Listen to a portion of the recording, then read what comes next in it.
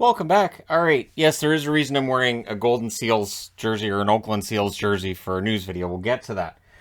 First off, Trevor Carrick has signed a one-year deal with Tampa Bay Lightning, two-way contract. Blue liner, good depth, veteran guy. So Tampa Bay making sure they keep their depth on the blue line. The Chicago Blackhawks signed Buddy Robinson to a one-year, two-way contract as well. He can play some bottom 6 minutes. Likely would clear waivers should they in fact waive him, but Chicago definitely is going to have, well, they're going to have an interesting roster. They might be one to look at for this upcoming season and ask ourselves, how bad could this get? Anyways, so Buddy Robinson signing on with the Blackhawks. Interesting news with the Detroit Red Wings. They signed Mark Pysyk just a week ago. Now he's had surgery for his Achilles tendon. He's out 4 to 6 months. So that would put him out until January at the latest. That's not great. So we'll see whether or not Steve Yzerman goes out, picks up another defenseman on the market, or what they do, or if they just say, you know what, we'll just roll with it. He's a depth guy anyways. So yeah, Pysyk hopefully good, healthy soon, and hopefully it's the 4 months, not the 6 for him. William Lagesson signs a one-year, two-way contract with the Carolina Hurricanes. Again, a depth move. Lagesson, of course, member of the Oilers organization until recently, wasn't working out there. Hopefully works out for him in Carolina. And again, the Canes seem to have a pretty good feel for players that they bring in. Their pro scouting, it's pretty strong, pretty spot on. So we'll see whether or not Lagesson ends up getting some games for them if he ends up being the number 7. The Anaheim Ducks avoiding the dreaded arbitration with Isaac Lundestrom. They signed him for 2 years. $1.8 million per season for Lundestrom. It does feel like he's got some upside still there. Can he get some top 6 minutes and get some scoring with that as well? It's possible. But at the very least, you have a solid third liner there. So, yeah, Lundestrom 2-year deal for Anaheim as the Ducks continue to keep their numbers where they are. And just I like some of what Anaheim's done in this offseason. They're still clearly in a rebuild, but they're not just throwing in the towel and putting whoever out there. It feels like there's a plan here, so good on Pat Verbeek for that. Jonathan Huberdeau and Mackenzie Weegar talking to the press today, talking, of course, to Calgary fans, and they're saying all the right things. And again, I know that for people who are convinced Huberdeau will go to market, he's not going to sign in Calgary. Weegar will go to market, they're not going to sign in Calgary. There's nothing I can say to change your mind on that. But both players are saying that they're willing to talk about an extension with the Calgary Flames. They are excited to be in Calgary.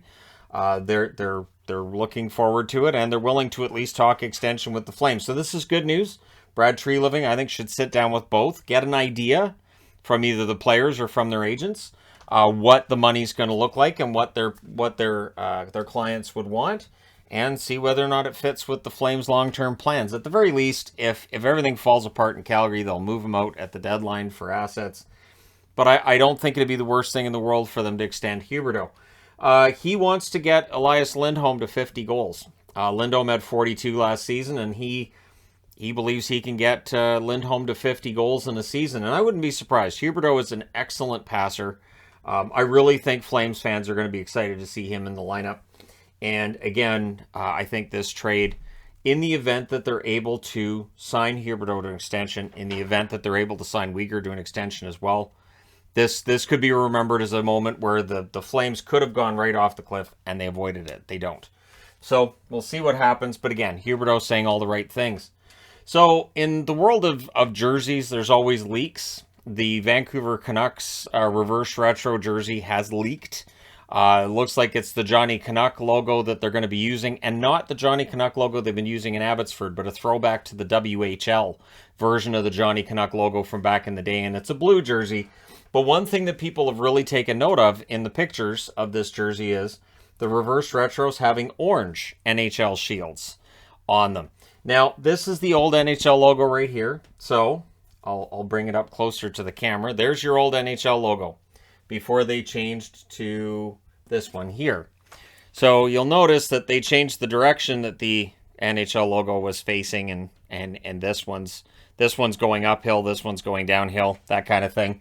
So they changed it a little bit, and I remember when they changed it thinking that's not a big difference. But with the reverse retros, using this logo, which they have on all their jerseys, but making it orange like the original. That reverse retro is the actual NHL logo as well. Now, the jersey that I'm wearing, of course, being an old CCM, notice there's no NHL logo on it. But the NHL isn't going to go backwards. So there's going to be NHL logos on all jerseys, even if they're throwbacks. So, and they'll have them right up front and center.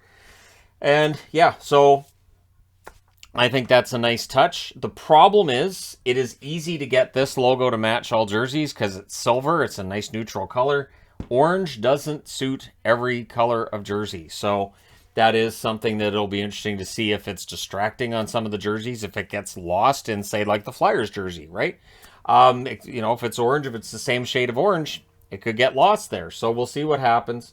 But yeah, I do like... I think the Canucks, Johnny Canuck, is going to be nice.